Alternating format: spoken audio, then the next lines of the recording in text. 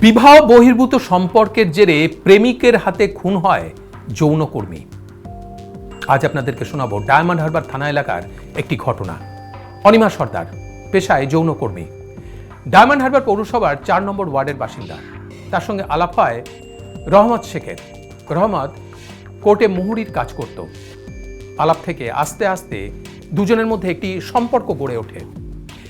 কিন্তু রহমত হঠাৎ করেই বাড়ি থেকে সম্বন্ধ করে বিয়ে করে ফেলে, আর সেটা কোনো মতেই মেনে নিতে পারে না অনিমা। তাদের মধ্যে শুরু হয়ে যায় ঝগড়া, অশান্তি।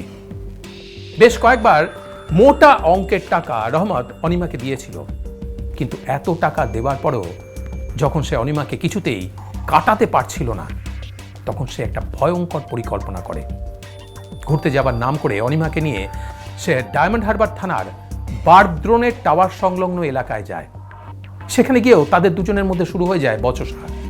অনিমা তাকে হুমকি দেয় যে সে তাদের সম্পর্কের কথা তার স্ত্রীকে জানিয়ে দেবে। আর তখনই রহমত অনিমার ওড়নাটা তার গলায় ফাঁস দিয়ে তাকে শ্বাসরোধ করে খুন করে। তারপর মৃতদেহটা জলাশয়ের মধ্যে ফেলে দেয়।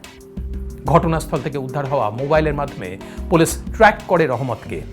গ্রেপ্তার পায় রহমত। পরকীয়া সম্পর্কের পরিণতি যে কখনোই সুখকর হয় না, এই সতর্কবাণী আমরা আপনাদেরকে বারবার বলেছি। একটা সুস্থ স্বাভাবিক সম্পর্ক আপনার জীবনকে সুখের, শান্তির এবং সুরক্ষিত করে।